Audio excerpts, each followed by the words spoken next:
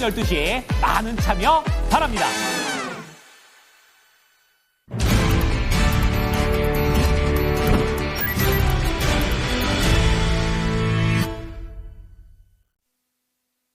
테크스탁입니다. 토마토 투자클럽의 김민준 전문가, 알파경제 김종규 이사 두 분 모셨습니다. 안녕하세요. 안녕하십니까. 예, 이슈부터 들여다보겠습니다. 오늘의 이슈는요. 최근에 글로벌 빅테크 업체들 상당히 바쁩니다. 뭐 여기저기서 그룹3도 내놓고 생성형 AI도 내놓고 하는데 간밤에는 애플이 저가용 신형 휴대폰을 공개를 했습니다. 그리고 마이크로소프트에서는 양자칩을 만들어서 이걸 또 시장에 공개를 했는데요. 과연 어떻게 봐야 될지 또 여기에 따른 수혜주들은 있을 것인지. 참고로 간밤에 두 종목의 주가는 딱히 크게 움직이지는 않았습니다. 애플이 한 1% 미만의 상승이었고요. 마이크로소프트가 1.25% 오름세를 나타냈는데 먼저 애플부터 보겠습니다. 애플이 원래는 이 SE라고 하는데 16E라고 이름을 좀 바꾸기는 했더라고요. 어떤 부분이 특징이 있는지 또 시장의 반응까지 김 이사님 알려주세요. 네, 애플도 언젠가부터 원래는 자신들의 이 고가형 제품만 내놓다가 시장 점유율 때문에 이제 저가 제품들도 내놓기 시작한 지가 꽤 됐죠.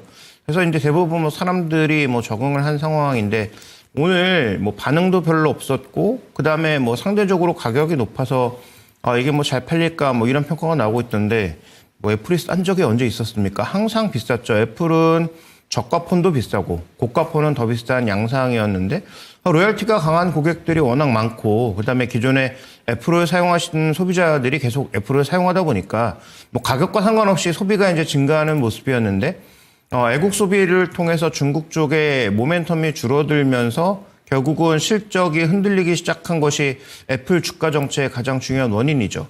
그러면 이번에 SE도 가격 논란이 중요한 게 아니고 몇 개 부품 빼서 가격을 낮춘 이 부품이 최근에 중국에서는 AI 쪽은 알리바바와 협업하겠다는 얘기도 나왔는데 그러니까 이런 이슈를 통해서 추가적으로 판매량이 늘어나느냐가 관건입니다. 그래서 아마도 분기 정도 지나서 아니면 월로 집계되는 그런 애플 16기가 나오면서 라인업이 늘어나니까 판매량이 다시 좀 늘어나고 있다. 이런 얘기가 나온다면 그러면 이제 긍정적으로 인식할 수 있는 것이지 오늘 주가의 반응이라든지 그다음에 신제품이 나왔다고 해서 주목할 만한 어떤 기술이 새롭게 추가된 것은 아니기 때문에 큰 이슈가 아니었다라고 보고 있고요. 다만 이제 관련된 부품주들에게는 조금 다른 의미를 가질 수도 있죠. 그래서 현재 구간에서는 저는 이 뉴스 자체가 큰 의미가 없다라고 보고 있고 따라서 주가 반응도 별로 없을 수밖에 없다 이렇게 보고 있습니다. 네, 그러면은 관련된 부품주들은 조금 다를 수 있죠라고 하셨는데 국내 관련된 종목군들 대응 전략 김 이사님 이어서 들어볼게요. 네, 일단 LG노텍 어저께도 이제 BH 말씀드렸는데 어쨌든 애플 때문에 실적이 망가진 종목들이잖아요. 그러니까 이런 종목군들이 실제로 라인업이 넓어져서 판매량이 조금이라도 늘어난다면 어떤 반응을 보이느냐가 중요하죠. 그래서 대표적으로 우리 애플 관련주로 꼽히고 있는 게 LG노텍, BH, 더구전자, 그다음에 자화전자 정도까지 넣을 수 있을 것 같은데 이런 종목군들이 최근에 전반적으로 주가가 다 안 좋았는데 어제는 또 소폭의 반등을 하면서 좀 버텨내는 모습 보여줬는데요. 일단 지수가 올라가면 이들 종목으로도 일정 부분에 매기가 유입될 수 있죠. 다만 지수보다 못한 수익률이면 살 이유가 없기는 한데 말씀드렸던 것처럼 애플의 라인업이 늘어남으로써 어느 정도 부품 수요가 조금 올라갔고 이것들이 최근에 반도체가 그러하듯이 재고 소진으로 인한 신제품 수요가 조금이라도 존재한다면 그건 나쁠 게 전혀 없는 이슈거든요.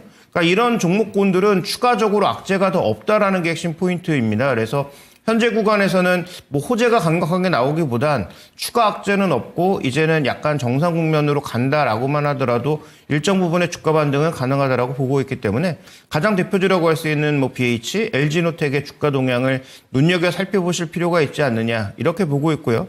만약에 이제 이들 종목이 생각보다 실적의 개선이 1분기부터 나오지 않을 거로 보거든요. 그런데도 이제 의미있게 반등을 시작한다면 아마도 애플 판매량에 대한 기대감이 조금은 올라오는 것이다라고 이해할 수 있고 그러면 이런 종목군들이 IT 부품 내에서 가장 소외됐던 종목군들이기 때문에 주가의 회복 속도도 좀 빨라질 수 있다. 이렇게 볼 수 있을 것 같습니다. 네, 그래서 워낙에 좀 저가형 휴대폰이기 때문에 뭐 이렇다 혁신이라든지 달라진 면들을 딱히 찾아보기 힘들고, 하지만 국내 부품주 측면에서는 애플의 휴대폰 판매가 늘어나는지 여부가 또 관건이겠다 얘기를 해주셨어요. 그렇다면은 김민주 전문가는 이 간밤에 애플의 제품 공개 어떤 의미가 있다고 보시는지 투자 전략까지 알려주세요. 저는 조금 나쁘게 보지는 않았습니다. 왜냐면 지금 애플의 주가가 우리 뭐 시청자 여러분들 아시겠지만 결코 그렇게 나쁘지는 않거든요.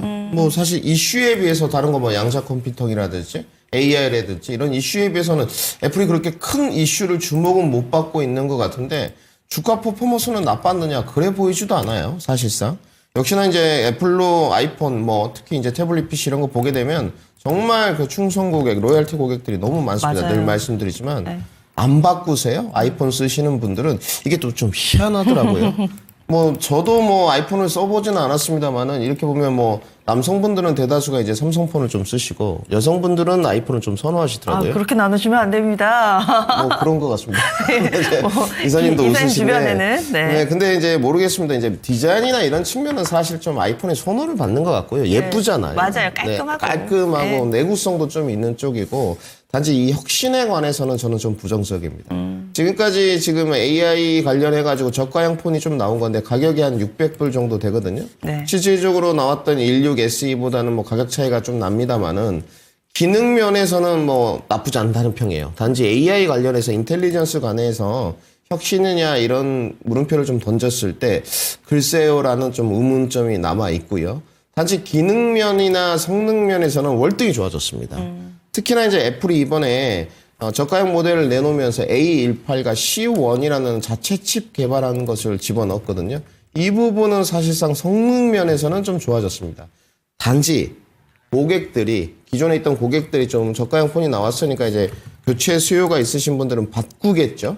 그랬을 때 AI 쪽의 혁신적인 기능이 좋아진 것에 대해서 좀 환호할 것이냐, 아니면 정말 하드웨어적 성능 모델, 특히나 이제 이번에 애플이 자체 칩을 집어넣습니다. 특히 C1 같은 경우는 기존에는 셀룰러 모뎀 같은 경우를 퀀텀에서 받아서 집어넣는데 이제 바꿨거든. 퀄컴에서 바꿨거든요. 자체 칩 개발을 했기 때문에 이거 성능이 월등히 좋아졌구나. 뭐 이런 체감을 느끼신다면 여기에 뭐 사실 점수도 더 줄 수 있는 편이죠. 단지 지금 시장의 주류는 우리가 느끼는 것은 정말 슈퍼 인공지능, 조금은 대답이 더 능숙해진 인텔리전스, 즉 하이 퀄리티 시리를 원하기 때문에 여기에 대한 반응은 좀 봐야 될 것 같고, 출시는 여러분들이 이제 공식적인 출시는 2월 28일부터입니다. 그리고 사전 예약이 아마 20일부터 20 며칠부터 진행되는 걸로 알고 있거든요. 그래서 아마 제품이 좀 출시되고 나고 나서 상황을 좀 봐야 될 것 같고, 단지 주가들이 이제 실적들은 다 속속들이 좀 발표가 되고 바닥권에 있기 때문에 이제부터는 좀 관심은 그래도 가져야 되지 않겠느냐 이렇게 좀 판단하고 있습니다. 관심은 가져야 되지 않겠느냐. 어떤 무언가의 성과를 확인을 하고 관심을 가질까요? 아니면은 지금 뭐 분할 매수 정도는 부품주에 있어 가능하다고 보시는 건가요? 네, 가능하다고 판단합니다. 성과는 일단 보면서 가야 되겠지만 네. 최근에 주가들이 좀 움직였어요. 아까 뭐 이사님이 말씀하셨던 더구전자 이런 것도 최근에 거래량이 막 400만 주씩 동반됐거든요. 뭐 주가가 결코 적게 가지도 않았습니다. 6,000원까지 올랐기 때문에. 그리고 BH도 마찬가지죠. 지금 구간에서는 사실상 뭐 BH가 실적이 쪼그라들었다고 한들 조단위 매출 기업이거든요. 사실 평가가 좀 박한 기업이죠. 최근에 LG노텍과 더불어서 애플 향들이 좀 무너진 모습이 있어서 그런데 지금 구간에서는 뭐 트레이딩 관점이 아니시라면 충분히 진입 가능한 쪽입니다. 무리 없고요. 또 이런 스타일 좋아하시는 그 접근 방법의 시청자들이 있으세요. 맞아요. 나는 뭐 트레이딩 다 싫고 그냥 느긋하게 떨어지면 사고 모아가겠다. 그러면 뭐 BH 괜찮은 것 같고요. 아까 자화전자 말씀하셨는데 자화전자도 뭐 액추에이터도 있지만 카메라 일체형 지금 AFA라고 하거든요. 이런 부분들도 사실상 뭐 나쁘지 않게 지금 평가가 돼 있고 최근에 증권사에서는 목표가가 22,000원까지 나왔거든요. 근데 최근에 퍼포먼스를 보게 되면 세 종목 중에서는 가장 앞서 나가는 쪽입니다. 그리고 최근에 눌림목 들어갔기 때문에 조금 더 주가 반등기에는 자화전자 쪽에 있지 않겠느냐. 단지 색채는 조금 떨어집니다. 이 부분은 꼭 유념하셨으면 좋겠습니다. 네, 그래서 이 애플의 저가 휴대폰, 이 보급형 휴대폰 공개와 관련해서는 부품주들에 대한 제한적인 관심 의견이 모아지네요. 다음으로 하나 더 있습니다. 마이크로소프트에서요, 양자 컴퓨터 칩을 공개를 했다는데 양자 컴퓨터 칩이 뭔지, 어디에 쓰이는 건지, 이것이 양산까지 가능한 것인지 이런 부분들이 좀 궁금합니다. 양자 테마 간밤에 미증시에서도 조금 들썩이던데 다시금 봐야 되는 것인지도 궁금하고요. 일단 시장의 반응이 어떤가요? 김민주 전문가님. 이거는 뭐 좀 제한적으로 봐야 될 것 같고요. 이건 제한적. 시장의 반응은 전일 뜨거웠습니다. 뜨거웠는데 이제 내용은 마이크로소프트가 들고 나왔고 칩 개발했다. 그리고 이제 관련 주변주들이 반응은 했거든요. 여러분도 잘 아시는 뭐 아이온큐 이런 종목들 어제 반응을 했고 그 다음에 이제 리에티 컴퓨팅 뭐 거의 4.85 정도까지 올랐으니까 약 5%죠. 미국 시장에서는 뭐 디웨이브 컨텀까지 좀 보겠습니다. 이거는 뭐 8%대가 어제 올라갔거든요. 사실상 이 디웨이브 컨텀 같은 경우는 보게 되면 미국 주식 중에 상당히 자리가 괜찮아요. 기술적으로. 근데 글쎄요, 저는 조금 의구심이 갖고 있고, 저도 이제 그 공부를 많이 해가고 있는 쪽인데, 양자 컴퓨팅 쪽에서 좀 손을 대봤더니, 여러 가지 내용이 좀 있어요. 한 4가지 정도던데, 지금은 뭐 화두가 되는 것은 보안 쪽이지 않겠습니까?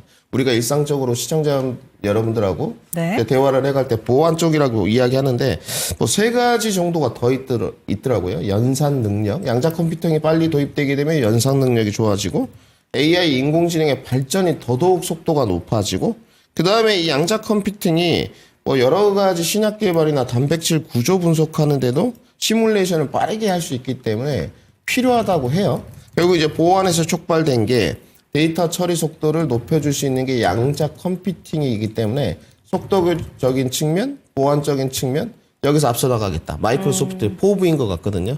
근데 반응은 신통방통하지 않습니다. 왜냐하면 기술력 자체가 아직은 좀 먼 나라, 이웃 나라 이야기인 것 같고요. 그 다음에 이제 가장 중요한 것은 이 관련 주들이 정말로 빅테크 기업만큼 진일보한 기술력을 갖고 있느냐. 전혀 없죠. 마이크로소프트 이런 기업들이 이제 초기 단계이기 때문에 뭐 본인들도 이제 빨라야 5년 뒤에 그러면 사실상 지금 모멘텀이 붙기는 좀 어렵죠. 향후에 뭐 꼭 필요한 기술력이라고 보여지지만 국내도 마찬가지라고 평가하고 있고요. 뭐 코이버, 첨단 소재, 우리네 정말 종목 많습니다. 그냥 뭐 옷깃만 스치면 뭐 지금 양자 컴퓨팅 입히는데 주가는 제가 봤을 때는 고난이도 지금 이거 코이버 모습이거든요. 고난이도 트레이딩 영역이고 떨어질 때도 개파락으로 떨어졌기 때문에 보수적인 접근은 좀 필요하지 않겠느냐 이렇게 좀 정리를 해야 될 것 같습니다. 지금 화면에 한번 좀 띄워줘 보세요. 간밤에 마이크로소프트가 공개한 양자칩이라고 해서 사실 양자 하면은 좀 접근하기가 어려웠던 게 너무 이렇게 눈에 보이는 것이 없는 그런 뭔가의 개념이라고 느껴졌었는데 양자 컴퓨터 칩이다. 지금 화면에 나가고 있는 이 칩이거든요. 그러면은 이사님 반도체를 만든 거예요? 아니면은 이 칩이 어디에 쓰이는 건지 뭐 양자 컴퓨터에 쓰이겠죠? 그리고 이거를 만들어서 공개한 게 왜 중요한 건지 그런 거 좀 알려주세요. 그리고 마이크로소프트가 그러면 이제 반도체까지 만드나? 칩까지 만드나? 뭐 이런 고민이 되더라고요. 네, 뭐 칩도 자기들이 스스로 만들겠다라고 했는데 뭐 결국엔 누군가에게 맡기겠죠. 제조 시설이 없는 마이크로소프트가 그럼 제조 시설을 스스로 만들겠다라는 것인데 여기 뭐 몇 가지 함정이 있습니다. 지금 양자 컴퓨팅의 개념이 뭡니까?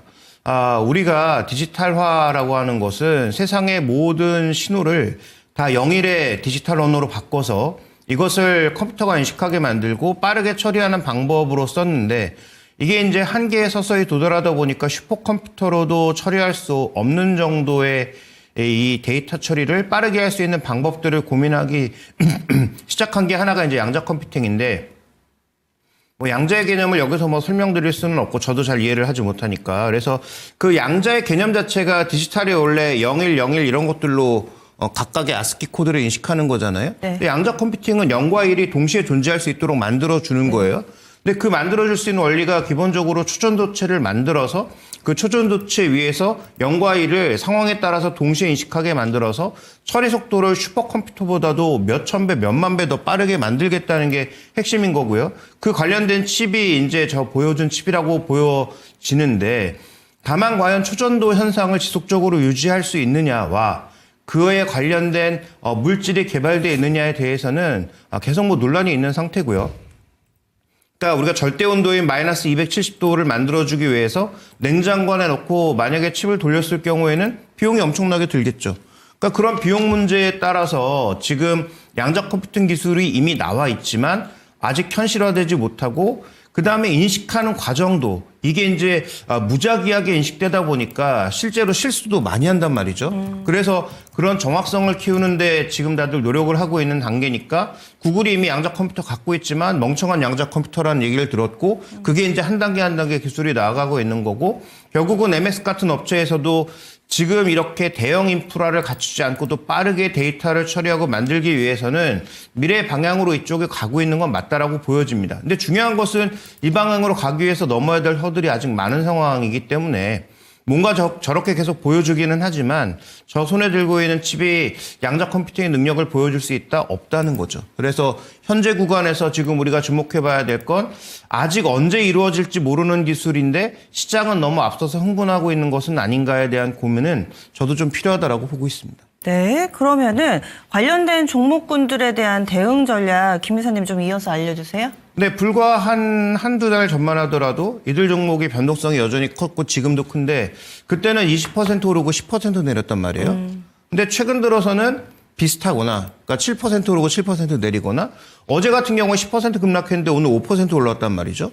그러면 과연 이들의 흐름이 제대로 잘 가고 있는 것인지에 대해서는 저는 조금 의문스럽거든요. 이사님이 가끔 표현하시기로는 테마가 늙었다 뭐 이런 표현을 하시는데 많이 초전도체라든지 양자도 이미 시장에서 여러 번 반복이 돼서 민감도가 떨어졌다 그렇게 받아들여도 되는 거예요? 아직 거래량이 그렇게까지 감소하지 않은 것으로 봐서 뭐 늙었다라는 표현까지는 좀 과한 것 같기는 한데 어쨌든 가격 조정은 한번 크게 나타난 상황에서 여전히 변동성이 커지고 있는 상황이죠. 그래서 여기에 대한 관심은 높은데 저는 뭐 되묻고 싶은 건 그렇게 돈이 많은 구글과 MS가 투자해서도 쉽게 될 수 없는 기술들을 지금 뭐 리게티 컴퓨팅이라든지 아이온큐라든지 이런 기업들이 과연 할 수 있나? 그다음에 지금 국내 기업들이 여러 개 있는데 돈에 연관되어 있는 기업들은 정말 연관이 되어 있나? 그다음에 양자암호라고 해서 최근에 또 화두가 되고 있는 종목군들이 있는데 이 양자암호는 진짜 양자암호인가? 라는 생각을 좀 가질 수밖에 없게 만드는 종목군들이 꽤 있죠. 그래서 뭐 트레이딩 측면에서는 뭐 당연히 급등락 나타날 수 있고 뭐 오늘 또 관련 종목군들이 올랐으니까 우리 시장에서도 몇 종목 오를 수 있는데 트레이딩 이상의 의미를 가지기에는 좀 어렵다라고 보고 있고요. 이 기술적인 그 장벽은 언제쯤 해결될 수 있을지는 아무도 장담할 수 없다. 우리나라도 얼마 전에 그 초전도체 물질 한번 뭐 개발했다고 해서 상온 초전도체 뭐 개발했다고 해서 엄청나게 뭐 화두가 된 적이 있었다시피 이 기술과 관련된 논란은 앞으로도 뭐 지속될 수밖에 없는 논란이고요. 만약에 이거 누가 정말 성공해내면 뭐 그 기업은 정말 대박이 나는 건데 뭐 그걸 누가 알겠습니까? 네, 알겠습니다. 그러면은 김민 전문가님은 그럼 양자 컴퓨팅 테마주들 어떻게 보세요? 저는 뭐 기본적으로 아까도 말씀드렸지만 뭐 제가 그렇게 뭐 시간이 많지는 않은데요. 여기에 대해서 연구 개발을 크게 안 하고 있다는 부분은 저도 별로 관심이 없다. 단지 이제 보안 분야에 관해서 제가 관심을 가졌던 부분은 미국 쪽에서 이제 그 미국 내용이 있습니다. 국립표준기술연구소라는 데가 있는데 여기서 이제 양자 암호죠. 양자 내성 암호에 대한 어떤 표준화를 진행 중이었었어요. 그러니까 미국 쪽에서 진행하는 부분들도 결국은 이제 암호화, 보안 쪽이었던 거고 지금 마이크로소프트나 이런 쪽에서 하는 것은 부수적인 요소가 보안입니다. 주된 요소는 속도예요. 그러니까 슈퍼컴퓨터보다 더 빠른 것을 원해서 양자 컴퓨팅을 도입하는 거거든. 좀 결이 다르죠. 미국에서 정부 쪽에서 하는 것은 보안 영역 강하고 빅테크에서 하는 것은 더 빠른 속도. 근데 더 빠른 속도가 지금 나올까 이런 생각은 정말 의구심이 있고요. 이제 관련주들 아까도 좀 말씀드렸는데 한국첨단소재, 우리넷, 뭐 코이버 이런 종목들이에요. 거래량이 급감하면서 떨어지지는 않았다는 건 다행이고요. 반대로 말하면 언제든지 리바운드 정도는 가능하죠. 오늘 커플링 관계로. 그리고 또 한 번 반대로 말하면 마이크로소프트 같은 직접적 연관이 있는 종목들이 급등하지 않았기 때문에 여기도 안 오를 수도 있는 거죠. 그리고 이제 인식의 변화가 좀 있죠. 이제 슬슬 양자 컴퓨팅에 대한 내용들이 나오면서 시장이 안 좋았고 국내 정치 상황에 비상계엄이 있었고 이런 상황에서는 테마단이 득세인데 지금 상황은 그렇지가 않지 않습니까? 네. 그래서 반도체나 이런 종목의 위주로 갈 것 같고요. 제한적인 반등의 기술적인 움직임만 나타나지 않겠느냐 이렇게 정리를 좀 해드리겠습니다. 만약에 오늘 움직임이 좀 나타나더라도 두 분은 테마주로서 좀 제한적인 시각으로 평가를 해주시네요. 이렇게 해서 이슈 다뤄봤습니다. 다음으로는 리포트 보겠습니다. 오늘 준비되어 있는 세 개의 리포트 제가 오탄 줄 알았어요. 드근드근 서프라이즈, 두근두근 같기도 하고 드근을 두 번 이렇게. 네, 먼저 첫 번째 리포트 잠시 후에 좀 얘기 들어봐야 되겠습니다. 대신증권이고요. LS증권에서는 건설 섹터 리포트, DS증권에서는 두산 종목 리포트 각각 준비를 해주셨는데 설명을 좀 해주실까요, 이사님? 네, 일단 최근에 제가 올해 강조드렸던 점 중에 하나는 정부 정책이 중요하다라는 말씀을 여러 번 강조드리고 있는데요. 물론 뭐 탄핵 결정에 따라서 이번 정부의 생명력이 금방 끝날 수도 있고 다음 정부가 또 어떤 정부가 출범할지 알 수 없지만 어쨌든 그럼에도 불구하고 설사 다음 정부가 5월 달에 출범한다고 하더라도 현재 구간에서 이 정부가 아무것도 안 하고 가만히 있으면 이것도 제가 보기엔 우리나라 경기에 큰 영향이 있죠. 지금 뭐 계속 트럼프 쪽에서 관세 업종별로 여러 가지 얘기가 나오고 있는데 여기에 대응하는 뭔가도 해야 되고 그다음에 지금 건설업종의 또 하나의 문제는 서울은 그나마 괜찮은데 서울 경기는 그나마 괜찮은데 지방 쪽으로 미분양이 생각보다 크게 확대가 되면서 2년 전에 돈으로 막아놨던 PF 관련된 문제들이 다시 터질 가능성이 언급이 되다 보니까 정부에서 좀 먼저 나서서 이 미분양 물량들을 대거 사주는 방향으로 LH를 통해서 사주는 방향으로 지금 대책들이 나오고 있다는 거죠. 그러면서 건설주들 보시면 뭐 이게 또 우크라이나 뭐 재건 테마로 묶여서 일부 가는 부분도 있습니다만 대형 건설주들 중에서 일부 반등을 시작하는 것들이 있어요. 왜냐하면 건설주들이 실제로 뭐 실적이 그렇게까지 나빴던 건 아닌데 충당금 쌓으면서 실적이 떨어졌던 종목이 꽤 있는데 그 충당금을 쌓을 만큼 쌓아놨는데 지금 지방 쪽에 쌓여있는 이런 미분양 물량들이 줄어들 가능성이 있다라면 이들에게는 어느 정도 긍정적인 모멘텀이 되는 거죠. 그래서 건설업종은 지금 정부 정책이 나름 긍정적 방향으로 전개되고 있으니 그다음에 충당금을 통해서 리스크는 어느 정도 해지해 놓은 상황임을 고려해 본다면 앞으로 충당금은 줄고 만약에 잠겨있던 미분양 물량들이 판매가 됨으로써 실적이 조금 돌아오면서 충당금 환입과 관련된 부분까지 이루어진다면 실적이 좋아질 수 있는 거 아니겠습니까? 그러니까 그런 차원에서 건설업종의 흐름들은 한번 바라보실 필요가 있겠다. 그래서 건설, 건자재 쪽도 최근 들어서는 저점 대비 반등이 나타나고 있는 종목군들이 꽤 보인다라는 거죠. 그러면 저 밑에 있는 종목군들보다는 아무래도 이제 상위 쪽에 있는 종목군들 건설업종 내에 좀 영향력이 있는 종목군들은 뭐 해외 쪽도 봐야 되겠지만 아시다시피 해외 쪽은 많이 비중 줄여놓지 않았습니까? 그래서 국내 건설업에서 쌓여있던 어떤 재고 물량의 감소 이런 것들이 나타나는지를 한번 잘 살펴보실 필요가 있을 것 같습니다. 네. 그다음에 종목 리포트는 최근에 이제 화두가 되고 있는 세 그룹 하나, 두산, LS 세 가지인데 지금 이 두산도 최근에 주가 탄력이 나쁘지가 않잖아요. 네. 근데 여기서의 어닝 서프라이즈는 두산 비지 때문이라는 거죠. 그러니까 두산 내에 있는 전자사업부 여기가 어닝 서프라이즈를 냈다라는 건데 뭐 리포트에 N이라고 표시했지만 다 알고 있죠. 이게 엔비디아 향이라는 거. 그래서 엔비디아 이 블랙엘 향으로 일부 소재의 판매량이 늘면서 이게 지금 분기 단위로 꽤 잡히고 있다라는 거죠. 그래서 올해도 실적이 굉장히 좋아질 수 있고 올해 가이던스가 시장 예상보다 굉장히 낮아서 이게 이제 일부 충격이 있었다라고 하는데 리포트에서는 이 물량을 잡지 않은 거다. 9월 달에 이미 내년 계획을 잡아놓은 거기 때문에 11월 달부터 발생한 이 N의 물량, 지금 엔비디아의 물량이 잡히지 않은 것이다라고 해서 굉장히 긍정적인 평가를 했습니다. 근데 잡고 있는 목표 주가와 밸류에이션이 생각보다 굉장히 높아요. 즉 엔비디아 향 굉장히 이제 긍정적인 리포트와 내용과 더불어서 이 종목의 밸류에이션을 계속 상단을 위로 뚫고 나갈 거라고 예상하고 있는 거죠. 과연 그럴지는 엔비디아에 달려있다라고 보여지고 있고요. 그 다음에 26일 날 또 엔비디아의 실적 발표가 있으니까 그런 단기적인 변수와 더불어서 실제로 엔비디아 물량을 통한 두산 비지의 실적 증익이 계속 이어지는지는 반드시 조금 따져볼 필요가 있을 것 같습니다. 네. 그래서 두 개의 리포트, 건설 섹터는 정책 모멘텀 좀 봐주셨고요. 그리고 또 최근 두산이 지주사뿐만 아니라 이 반도체 색채를 업고 강세 흐름을 나타내는데 DS증권의 시각까지 알아봤습니다. 그러면 대신증권 두근두근 서프라이즈, 이건 뭔가요? 어떤 내용인가요? 네, 득은이 원래 한자입니다. 그래서 얻을 득자에 네. 그 은할 때 은. 은을 얻는다? 네네. 아. 그러니까 은에 대해서 관심을 가져보자라는 것인데 이게 왜인지 서프라이즈인지는 준비된 그림 3가지로 근데 60페이지가 넘는 그런 리포트인데 제가 아침에 뭐 한 15분 이 정도 안에 다 읽을 정도로 굉장히 한 번에 쭉 읽을 수 있는 잘 나름 뭐 짜여졌군요. 서사도 있고 재밌는 리포트였다라고 보여지는데요. 지금 준비된 첫 번째 그림이 제 금은 비율이거든요. 최근에 은도 올랐는데 금이 워낙 탄력적으로 치고 나가니까 이 비율이 이제 확대됐다라는 거죠.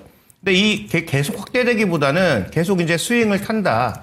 그러면 지금 상대적으로 은이 덜 올랐다는 건데 그럼 이 비율이 떨어지려면 둘 중에 하나죠. 금이 떨어져서 맞춰지든 은이 올라가서 맞춰지든 이 리포트 핵심은 뒤쪽에 후자 쪽에 두고 있는 건데요. 그러니까 금만큼 못 올라간 은이 올라갈 가능성이 있다. 그래서 은 관련 투자를 해보자라는 것인데 2가지 관점에서 얘기하고 있습니다. 자, 금은 지금 어떤 수요가 나타나고 있는 거죠? 달러에 대한 불안감 때문에 안전자산 수요가 하나 나타나고 있다고 봐야 되고 달러를 중국에 대체하는 과정에서 중앙은행에서 금을 쌓기 시작하면서 나타난 수요가 있는 거고 그러면서 실제로 실물금 수요가 최근 들어서 막 그 수요 공급이 달리다 보니까 금이 이제 3,000달러까지 육박하는 상승이 나타난 것인데 그러면 은은 금처럼 비금속 수요는 없지만 다음에 이제 준비된 그림 보시면 원래 수요 공급 자체가 수요 우위다. 왜냐하면 은은 거의 산업용으로 쓰이거든요. 첨단 산업에 구리와 더불어서 은이 안 들어가는 쪽이 없는데 열 전도율이 금이 가장 좋지만 금은 비싸니까 상대적으로 이제 은이나 구리를 쓰는 건데 이런 은 같은 게 뭐 첨단 산업에 꽤 많이 들어가고 뭐 휴대폰에도 들어가고 여러 가지 들어가다 보니 이 은의 수요가 원래도 수요 공급 쪽에서 수요가 높은데 산업용 수요가 더 올라갈 가능성이 있다라는 쪽이 가장 중요한 포인트라고 봐야 될 것 같고요. 네. 그다음에 최근에 다음 이제 준비된 그림 보시면 은 ETF가 뭐 국내에도 있고 해외에도 있고 여러 가지가 있는데 서서 이제 상승 그림을 그려가고 있다는 것이죠. 그래서 은과 상관계수가 있는 여러 가지 뭐 변수들을 뭐 굉장히 많이 나열해 놨는데 그건 뭐 제가 보기엔 별로 중요한 건 아니고 결국 중요한 것은 이 은을 살 만한 자금의 유입이 실제로 존재하고 있는가에 대한 판단이 중요할 텐데 최근 들어서는 이 은 ETF 쪽으로도 자금이 조금씩 유입되고 있다는 것이죠. 그래서 만약에 달러가 떨어졌을 때 은 가격의 상승이 좀 나타날 수 있고 그다음에 또 한 가지의 포인트는 중국이 이구안신을 통해서 지금 IT 기기의 소진을 빠르게 가져가고 있잖아요. 근데 이 IT 기기 안에 은이 생각보다 많이 들어간다라는 거죠. 그러면 그런 관점에서 봤을 때 은의 수요는 기본적으로 존재하고 그다음에 이제 금융 수요까지도 존재할 가능성이 있다라는 것을 얘기하면서 은 ETF에 대한 투자 판단은 뭐 긍정적으로 가져간다라고 하는 것이니까 한번 관련된 리포트를 쭉 읽어보시고 어떤 ETF가 투자할 만한지는 관련된 ETF를 이 리포트를 읽어보시면서 한번 골라보시는 것도 제가 보기에 자산 배분의 측면에서는 충분히 좀 의미 있는 리포트가 아닌가. 그래서 맨날 똑같은 뭐 반도체 이런 얘기만 할 수는 없으니까 뭐 굉장히 좀 재밌게 본 리포트여서 예. 여러분들도 한번 일독해 보시면 좋을 것 같습니다. 네. 이 금이 고공행진을 펼치면서 일부 판매소들은 판매를 중단하기도 했죠. 그래서 은에 대한 수요도 덩달아서 많이 증가하고 있는데 지금 은 실버바도 판매를 못한다 뭐 이런 기사들도 나올 정도로 은도 몸값이 금값 만만치 않습니다. 여기에 어떻게 좀 투자를 하면 좋을 것인가 대안적으로 ETF 투자 레포트에 그 답이 담겨 있다고 하니까요. 관심 있으신 분들 일독을 권합니다. 그러면 빅데이터로 넘어가겠습니다. 김민준 전문가의 빅데이터 최근에 상당히 승률이 좋습니다. 목표가 2대 종목도 많이 나오는데요. 오늘은요. 솔브레인입니다. 솔브레인이 빅데이터 레이더에 걸린 것 같은데 좀 알아볼까요? 근데 뭐 사실상 뭐 솔브레인이 걸렸다기보다도 그 사실상 그 조금 증시가 조정을 받을 때가 되지 않았나. 단기 그냥 눌림목 정도라고 생각하시면 됩니다. 큰 조정이 아닌. 어제도 상당히 뭐 등락 과정 중에서 너무 높이 올랐거든요. 350을 넘어가는 뭐 엄청나게 선물 계약수가 지금 뭐 만 계약이 넘게 들어왔기 때문에 오늘은 키 맞추기 정도 가지 않을까 생각들어서 그때는 조금 움직임이 덜한 안정적인 종목이 필요하겠다. 이게 첫 번째 오늘 솔브레인을 들고 온 사유였고요. 두 번째는 이제 우리가 봤을 때 어떤 전공정의 소재 파트들 종목들이 상당히 좋지 않았죠. 뭐 동진 세미캠, 솔브레인, 한솔케미칼, 뭐 인디에프, DNF, 하나머트리얼스, 원인머트리얼스 이런 쪽들이 상당히 안 좋았단 말이죠. 그래서 여기 이제 가지고 계신 분들이 한솔케미칼이나 특히 솔브레인 쪽의 실적을 보게 되면 실적이 이렇게 좋은데 이게 말이 되느냐? 말이 됩니다. 늘 말씀드리지만 그래서 실적이나 밸류 가지고 이게 전부인 것 마냥 주식을 하는 게 아닙니다. 이게 주식의 본질이고요. 실적이 좋고 밸류가 싸는 종목들이 가면 좋죠. 그건 바람일 뿐이고 왜 안 좋았을 것이냐 여기에 대해서 먼저 설명을 좀 드리고 주가를 기술적으로 한번 분석해 보겠습니다. 일단 첫 번째는 관심을 좀 가지셔야 되고요. 왜 그러냐면 일단 첫 번째 실적 부분에는 문제가 없습니다. 그런데 뭐가 문제가 있었냐? 펀더멘탈이 안 좋았어요. 어떻게 펀더멘탈이 안 좋습니까? 이렇게 생각을 하실 수 있는데 이 솔브레인이 두 가지의 파트가 있습니다. 이 초산계 쪽에 액천트를 좀 보시게 되면 들어가는 게 이제 특히 이제 메탈 쪽에서 식각을 해서 불순물들 제거해주는 특히 포토레지스트 한 이후에도 불순물들 제거해주는 이런 기능들이 있어요. 근데 가장 쉽게 말씀을 드리면 전공정 쪽이죠. 소재 파트이고요. 정통 레거시가 좋지 않은데 솔브레인이 갈 수가 없죠. 쉽게 말씀드리면. 그래서 삼성전자가 주가가 또 내려가다 보니까 뭐 삼성전자 외에 하이닉스도 있습니다만 주가가 같이 내려갔고 그 다음에 솔브레인이 2023년부터 한 그 기업의 캐파 증설이 있는데 2차 전지 부분이었습니다. 안타깝게도 뭐 인디애나나 헝가리 이런 데 전에 공장들을 다 지었고 완공까지 됐습니다. 작년에. 그런데 지금 2차 전지 새로 공장 지었는데 거기도 답이 안 나오는 쪽이었던 거죠. 공장 짓고 투자를 했는데 때마침 캐즘 현상 내지는 사이클이 경기 사이클이 이제 금리가 고공 인상으로 계속 금리 인상으로 가면서 공장 지어놨는데 가동률이 떨어지는 거죠. 전공정 파트 안 좋아, 삼성전자 안 좋죠. 그리고 공장 캐파 증설한 거 전액 쪽도 안 좋은 거예요. 주가는 내려갈 수밖에 없는 쪽이죠. 단지 실적은 왜 안 떨어졌냐? 이 뭐 추산트 애청계 쪽 이쪽을 보게 되면 이 소재 파트는 필수 소재예요, 사실상. 근데 그 사용량 자체가 좀 줄어들었고 삼성전자 향의 색채를 조금은 그래도 갖고 있다 보니 주가가 속절없이 무너졌던 부분이죠. 그러면 지금 갖고 있는 이 전공정 파트, 특히 이제 뭐 레거시 쪽, 이쪽과 2차 전지 쪽을 상황을 좀 봤을 때 아직은 뭐 사실 덜 살아났지 않습니까? 그래도 작년과 재작년에 비해서 상황이 나쁜 쪽이냐? 그렇지 않다는 거죠. 지금 상황에서는. 그래서 최근에 뭐 솔브레인입니다만은 지금 주가 모습이 고개를 좀 들고 있지 않습니까? 15만 9천 원에서 20만 원까지 정말 더디긴 하지만 그런데 여기뿐만이 아니고 한솔케미칼도 고개를 들고 있거든요. 한솔케미칼도 8만 7천에서 11만 7천 원까지 고개를 들었고 최근에 그 무겁다는 동진도 조금씩 반응을 하고 있죠. 그래서 이제 전공정 파트에 있는 소재 파트들 그리고 사업을 다각화했던 어떤 좀 무거운 소재 파트들의 반도체 종목들도 주목을 좀 해봐야 된다. 그래서 오늘은 시장에 등락 과정이 있을 때 솔브레인 같은 경우는 뭐 내려와도 뭐 20만 원 원짜리 19만 원 후반대 내려오지 않겠습니까? 아까도 말씀드리지만 또 이런 종목을 선호하시는 시청자분들이 있기 때문에 준비를 해봤고요. 네. 충분히 이제 하반 경직성은 좀 확보하지 않았나 16만 원대 이렇게 좀 생각이 들고 있습니다. 그러면 이제부터는 박스권 움직임으로 하단이 뭐 16만 5천 원, 상단 부분이 이제 어디로 측정될지 모르겠는데 지금의 현재 20만 원 가격은 저는 중단의 위치라고 판단하고 있습니다. 그러면 상단은 어느 정도로 측정하느냐? 한 24만 원 정도로 레인지 범위를 측정하고 있고요.